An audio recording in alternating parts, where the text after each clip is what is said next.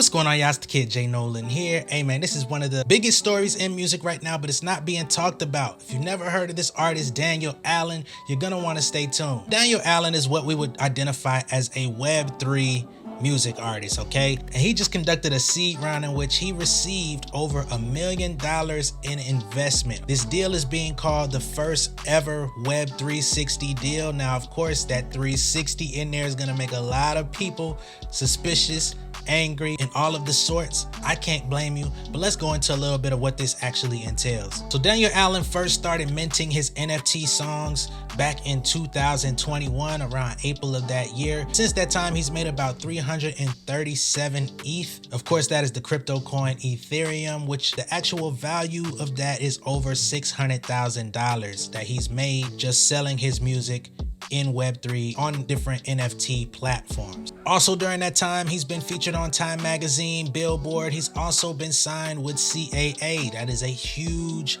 agency, and just about anybody that's somebody in the industry is represented by CAA, okay? That's ASAP Rocky, A Tribe Called Quest, so many others, 19 Keys. I could go down the list. Kanye was with them for a while. You get the gist. Now, in order to solidify this massive amount of money from investors, he went and created a C Corp for his business called Daniel Allan Entertainment, and the company owns all of his IP along with his streaming, touring, and Web3 income. That includes NFTs, streaming, publishing, production services, merchandise, and this is a non-recoupable investment coming from all parties, all right? So everybody that's putting money into this company is non-recoupable money, meaning that they can't hold that number over his head to say you owe me X amount. However, they are buying into his company, so whenever he makes money, they receive a percentage. With this $1 million that he now has, he does not intend on remaining independent. This is just money to invest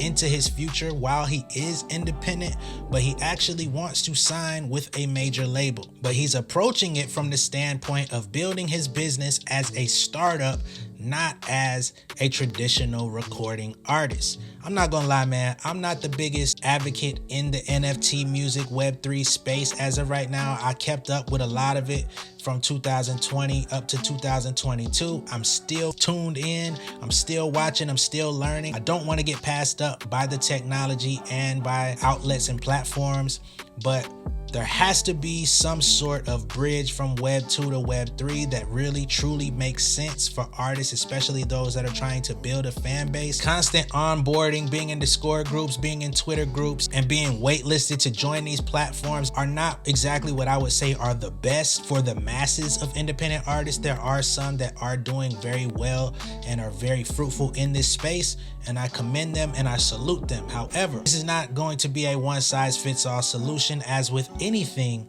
in the music industry. As of yet, it has not been released how much of the percentage or anything that he's going to be relinquishing to this group of investors, Coop Records, Palm Tree Crew, or Noise DAO.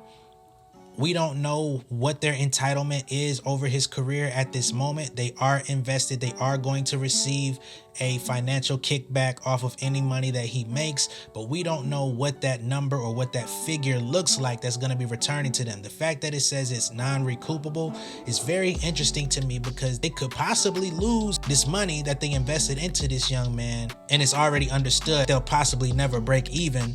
So he's kind of in a position to succeed no matter what, because even at the very minimum, he's got $1 million to play with. Of course, we already know $1 million is not $1 million in the United States, but he's got a lot more working capital than he did a couple months ago.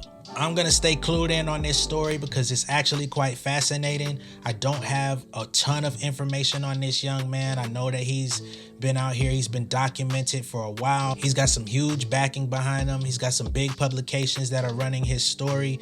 Again, it's not being talked about enough. I would say I don't see YouTube videos about it. I don't see a bunch of TikToks or anything floating around. So stay tuned with Daniel Allan. He might just be paving a way that others can follow. He went into the NFT space, he did not have a huge fan base. So we're just gonna have to see how this whole thing plays out. For more information like this, be sure to subscribe to my YouTube channel, Jay Nolan, or go to pengameelite.com and join my free group, the Pen Game Elite, so you can get these videos delivered directly to you. And I do these types of videos all the time, all right? Much love and respect, y'all. I'll see y'all in the next one. Peace.